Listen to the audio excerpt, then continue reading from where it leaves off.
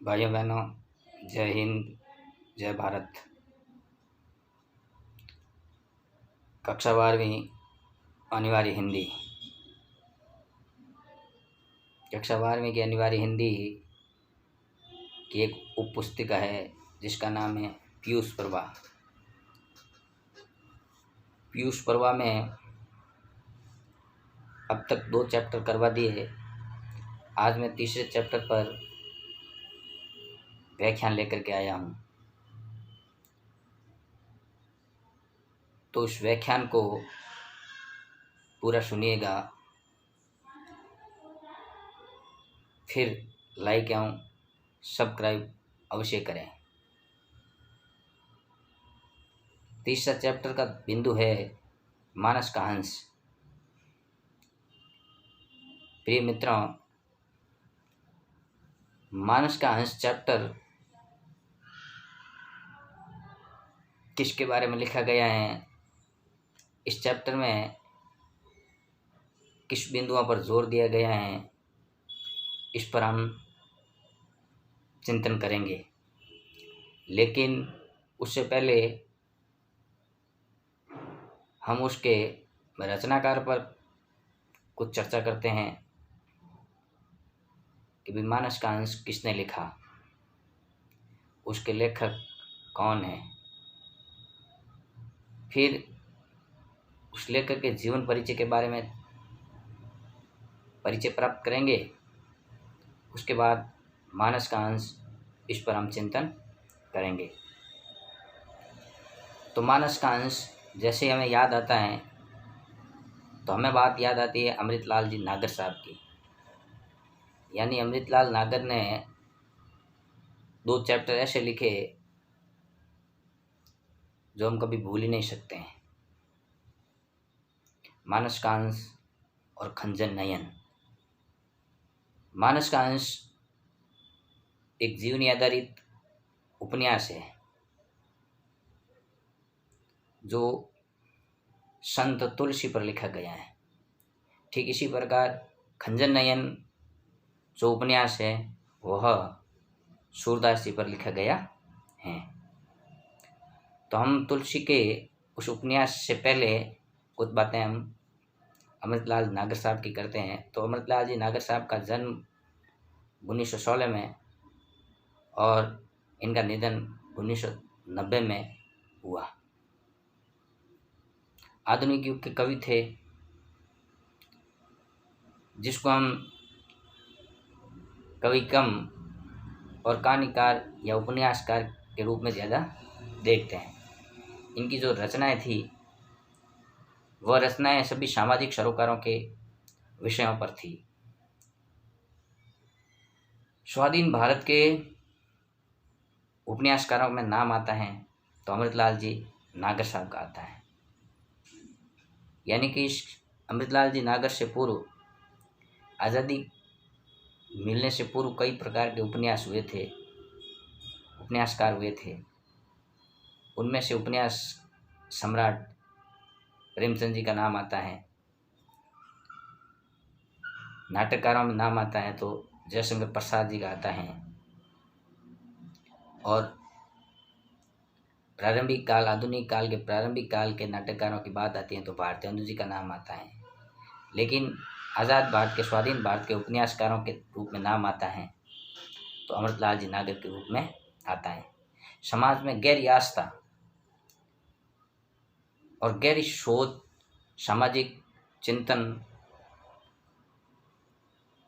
समाज के प्रत्येक पहलू पर चिंतन करने वाले उपन्यासकार जी, आपका जन्म 17 अगस्त 1916 में हुआ। 17 अगस्त 1916 में आगरा में। आगरा का एक स्थान है, गांव का नाम गोकुलपुरा, यूपी उत्तर प्रदेश, आगरा गोकुलपुरा। 17 अगस्त 1916। आप गुजराती नागर ब्राह्मण थे। हम जब नागरी भाषा, नागरी लिपि पढ़ते हैं तो गुजरात याद आता होगा, नागरी की विशेषताएं पढ़ते हैं तो गुजरात के नागर ब्राह्मण याद आते होंगे। फिर कहते हैं इनके पिता राजा राम जी नागर, जो कि आगरा में ही निवास करते थे।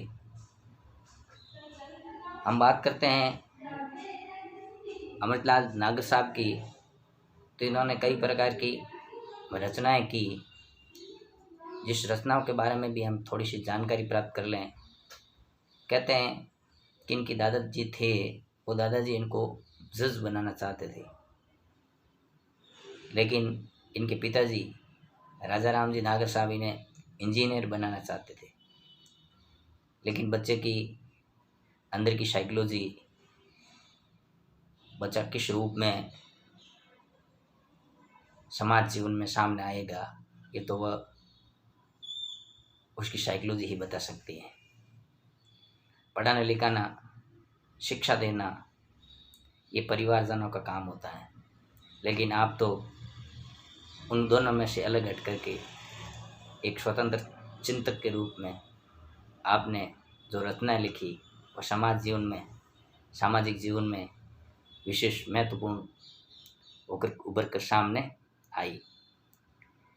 फिर बात करते हैं कि इनकी जो कुछ लिखित कहानियों पर आधारित मूवीज भी बनी है, जिसके अंदर कुंवारा बाप और कल्पना, इन पर इनकी मूवीज यानी इनकी लिखित जो कहानियाँ हैं उन पर मूवीज बनी।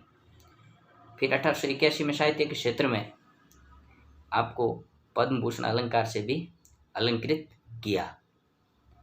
इनकी एक रचना थी सुहाग के नूपुर, सुहाग के नूपुर, जिस पर आपको प्रेमचंद पुरस्कार से सम्मानित किया गया। ये बात है आपके 1962-63 की। फिर जो इनका एक उपन्यास था अमृत और विष, अमृत और विष, अमृत और विष पर 1967 में, 1967 में आपको साहित्य अकादमी पुरस्कार से पुरस्कृत किया। इस प्रकार हम बात करते हैं आगे, तो हमारे सामने इनकी जो रचनाएं आती हैं, तो उस रचनाओं के अंदर हम बात करेंगे जैसे महाकाल है, बूंद और समुद्र है, अमृत और विष है, सुहाग के नूपुर, शतरंज के मोरे, मानस के अंश, खंजर नयन और पीढ़ियाँ। ये जो रचनाएं हैं, ये रचनाएं सामाजिक सरोकारों को संबंध रखते हुए लिखी गई। फिर इनकी कुछ कहानी संग्रह, जो कहानी संग्रह भी हमारे सामने उभर करके आते हैं, तो बात आती है कहानी संग्रह में वाटिका की। फिर एक दिल, हजार अफसाने, एटम बम आपने पढ़ा होगा, 11वीं में कोबायशी वाली घटना, जिस कहानी का हीरो कोबायशी, मुझे क्यों मारा, मुझे क्यों मारा, याद आया होगा। फिर पीपल की परी, अवशेष और सिकंदर हार गया, ये इनके कहानी संग्रह थे। फिर इनके संस्मरण, कुछ जो यादों के रूप में भी इन्होंने संस्मरणात्मक लेख भी लिखे थे, जिसमें गदर के फूल और ये कोठे वालियाँ, इसको भी आपने बखूबी एक समाज का सरोकार भाग इसमें प्रस्तुत किया है।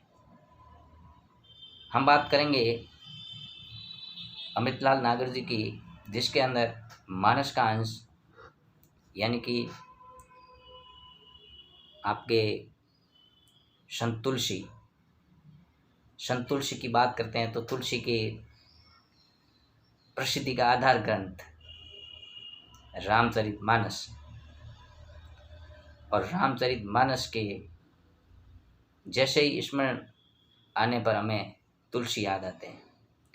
तो भारत की जनता और भारत के प्रत्येक बच्चे बच्चे के दिलो दिमाग में रामचरितमानस यानी तुलसी। रामचरितमानस कितने समय में बनकर तैयार हुई, तो कहते हैं 2 वर्ष 7 माह और 26 दिन, 2 वर्ष 7 माह और 26 दिन में रामचरितमानस बन करके तैयार हुई, यानी कि तुलसीदास जी ने लिखी। आप कभी याद करो, आधुनिक दौर में अभी जैसे माना कि अपन संविधान की बात करते, तो संविधान को कितने वर्ष, कितने माह और कितने समय में लिखा, तो 2 वर्ष 11 माह और 18 दिन में जब B.R. अम्बेडकर साहब, डॉक्टर अम्बेडकर साहब ने संविधान लिखा, तो ये भी संविधान से कम प्रति नहीं थी।